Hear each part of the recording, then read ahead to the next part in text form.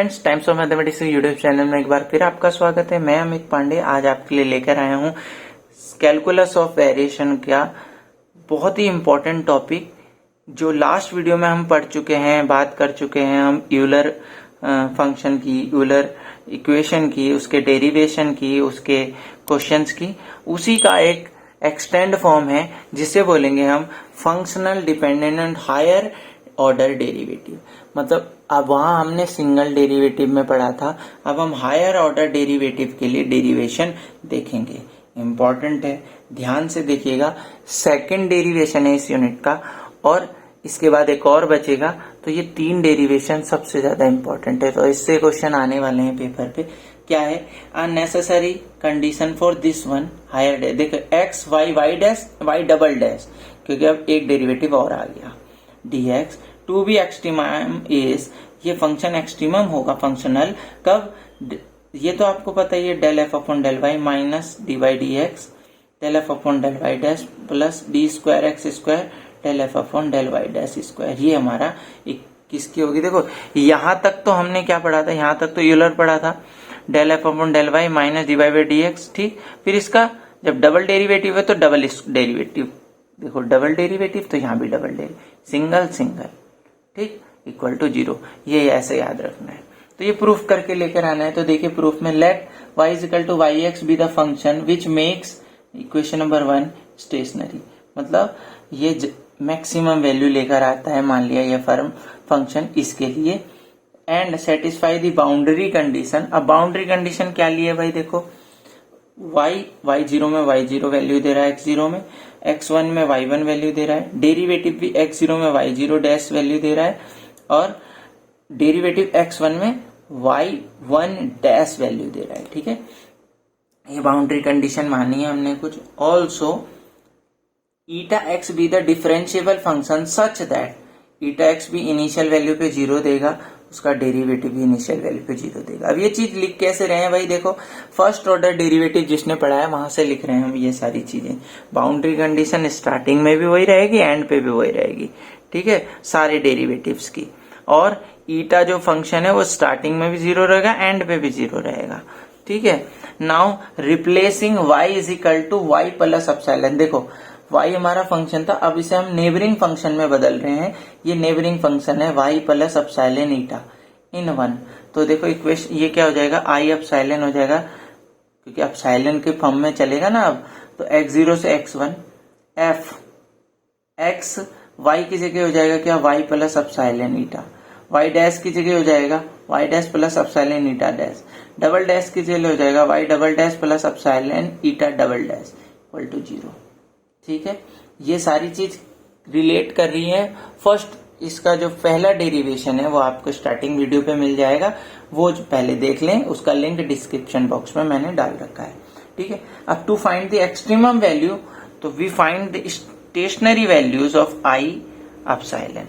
अब i epsilon के, but i epsilon will have stationary when this function is become 0। मतलब जब derivative 0 होता है तब जाके उसकी मैक्सिमम या मिनिमम वैल्यू आती है, जिसे हम स्टेशनरी वैल्यू कहते हैं।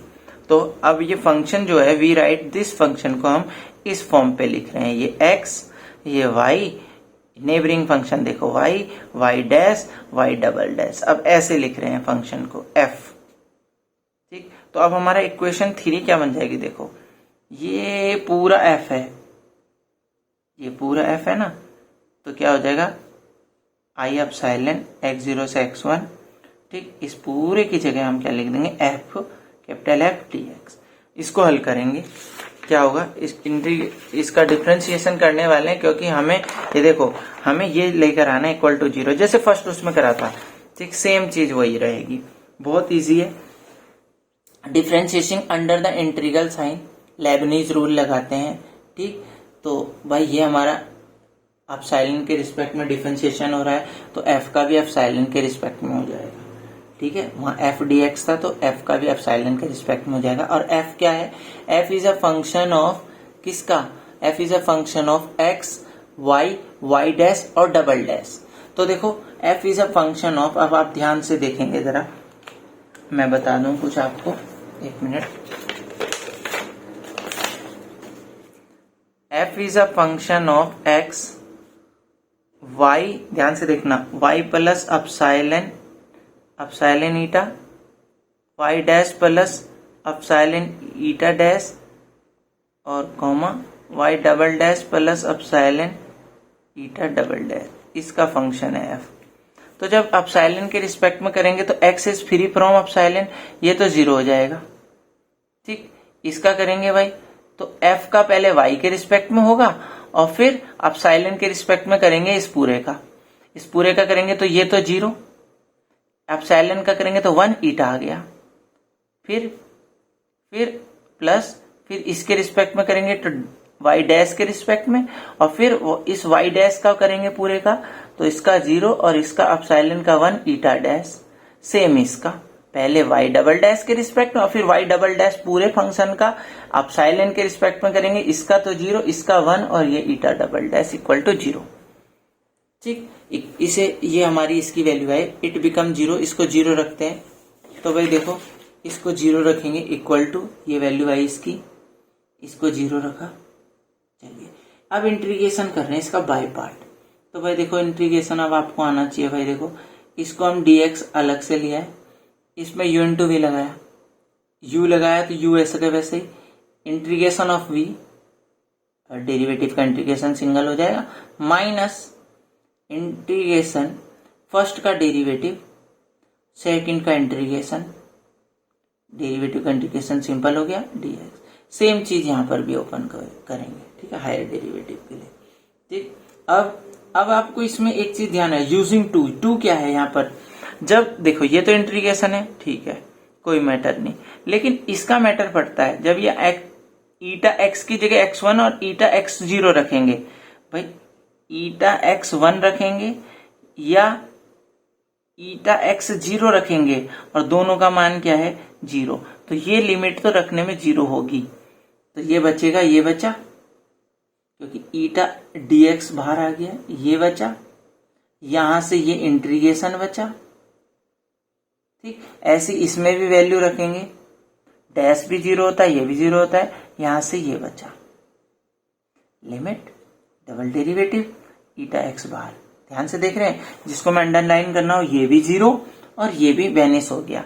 क्यों? क्योंकि ईटा डैश, हमें ईटा डैश x0 भी और ईटा डैश x1 भी, ये वैल्यू यहां रखी 0, ये वैल्यू यहां रखी 0, ये वैल्यू यहां रखी 0, ये वैल्यू यहां रखी x में, तो ये सारी चीजें 0 हो जाएगी। तो ये और ये 3 चीजें बच गई। अब ये कब 0 होगा? भाई ये तो 0 हो नहीं सकता क्योंकि वो फंक्शन नेबरिंग वो है ना, नेबरिंग कर्व है, तो ये अगर 0 हो गया तो वो तो से ओवरलैप कर जाएगा, तो ये 0 नहीं हो सकता। ये वाली नेसेसरी कंडीशन है 0। Since the equation must hold the all values of eta, eta की हर एक वैल्यू के लिए इसको 0 होना जरूरी होगा, तो ये बिकम 0। इन जनरल इसे कहते हैं नेसेसरी कंडीशन फॉर फंक्शनल। अब हमने 2 डेरिवेटिव के लिए निकाली थी, इसी तरह से n डेरिवेटिव के लिए क्या होगी?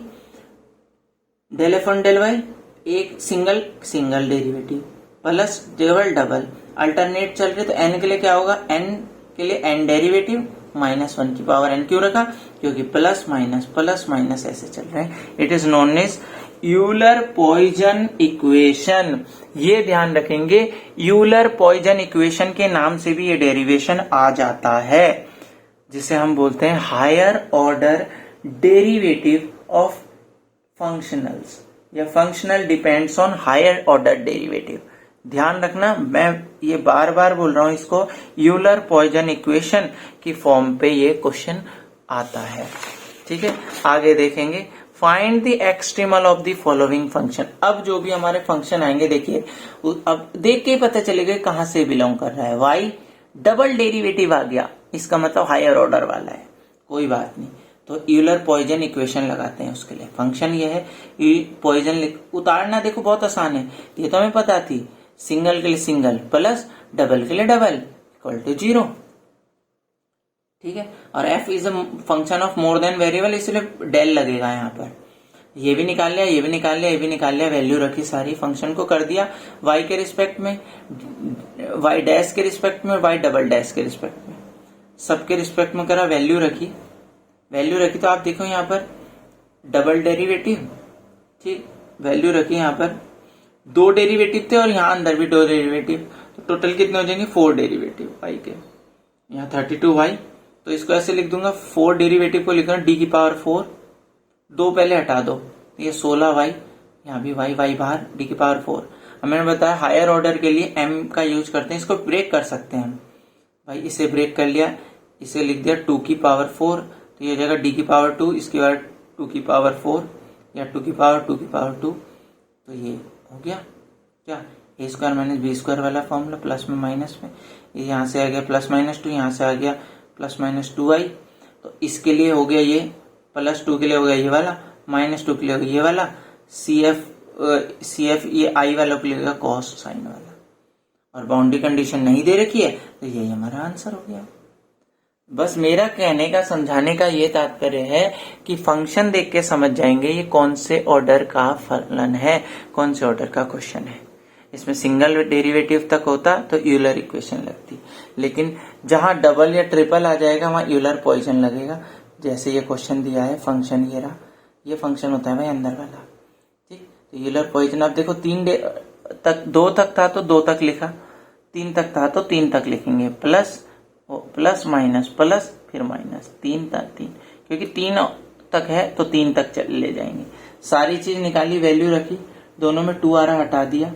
अब देखो ये 3 डेरिवेटिव था, 3 ऑर्डर था, यहाँ भी 3 था, 3 और 3 6, 3 बार था, उसका 3 बार और कर देंगे तो 6 ऑर्डर हो जाएंगे, y की पावर 6 इक्वल टू 0। देन इस सॉल्यूशन, अब 6 वाले का सॉल्यूशन आपको आना चाहिए भाई। 6 वाले से क्या होगा, पहले वाले का करेंगे, फिर दूसरे वाले का, तीसरे वाले का, चौथे वाले का, लास्ट में ऐसे ही है। ये आपको आना चाहिए, बहुत सिंपल चीज है, इंटीग्रेशन करते जाएंगे और बनता जाएगा आगे आगे को फंक्शन। ठीक है, आगे देखते हैं। आगे क्या है, शो दैट, ज्यादा नहीं रह गया, थोड़ा सा रह गया अब।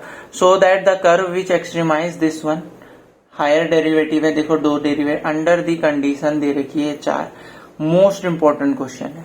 देखो फंक्शन दिया है, यूलर पॉइजन इक्वेशन लगाएंगे, 2 डेरिवेटिव है तो 2 तक ही ले चलेंगे अपने फॉर्मूले को। सारी मटेरियल निकाल देंगे, y के रिस्पेक्ट में भी करेंगे, सिंगल डेरिवेटिव पे भी, डबल डेरिवेटिव पे भी। तो देखो y के रिस्पेक्ट में करेंगे तो फंक्शन है y का तो होगा, आंसर आएगा। सिंगल डेरिवेटिव पे करा, वहां फंक्शन सिंगल का है ही नहीं तो 0 आएगा। डबल डेरिवेटिव का फंक्शन है तो वहां का भी आएगा कुछ ना कुछ। ठीक है, तो अब हमारा इक्वेशन 1 कैसे बन जाएगी, देखो अब रख दो यहाँ पर, ये इक्वेशन 1 है हमारी, इस पे वैल्यू रख दी तो ये बना। अब आप देख रहे होंगे 2 बार डेरिवेटिव है, 2 बार अंदर है, तो कितने हुए 4 बार, 2 बाहर लेके घटा दिया तो ये बन जाएगा। यहाँ पर से CF आ गया आपके, यहाँ से 2 रियल है 2 कॉम्प्लेक्स है, रियल के लिए कॉम्प्लेक्स के लिए, ठीक, y आ गया। इसका डेरिवेटिव करेंगे, c1 e की पावर x का यही, c2 e की पावर x का, c2 की पावर x, और फिर माइनस 1, कॉस का माइनस साइन, साइन का कॉस, डेरिवेटिव निकाला। क्यों निकाला सर डेरिवेटिव, क्यों, क्योंकि हमें बाउंड्री कंडीशन y की और y डैश की दे रखी है, तो y हमारा आ गया तो हमने y डैश भी निकाला और सारी बाउंड्री कंडीशन रखी। तो देखो ये वाली y में रखनी है, ये दोनों वाली डेरिवेटिव में रखनी है। तो जब हमने सारी बाउंड्री कंडीशन रखी तो हमें कुछ इस तरह से मिला, c1 plus c2 plus c3 equal to 1, c1 minus c2 plus c4 equal to 0, और दिस वन बिकम 0 और दिस वन। 4 इक्वेशन मिली क्योंकि 4 बाउंड्री कंडीशन है।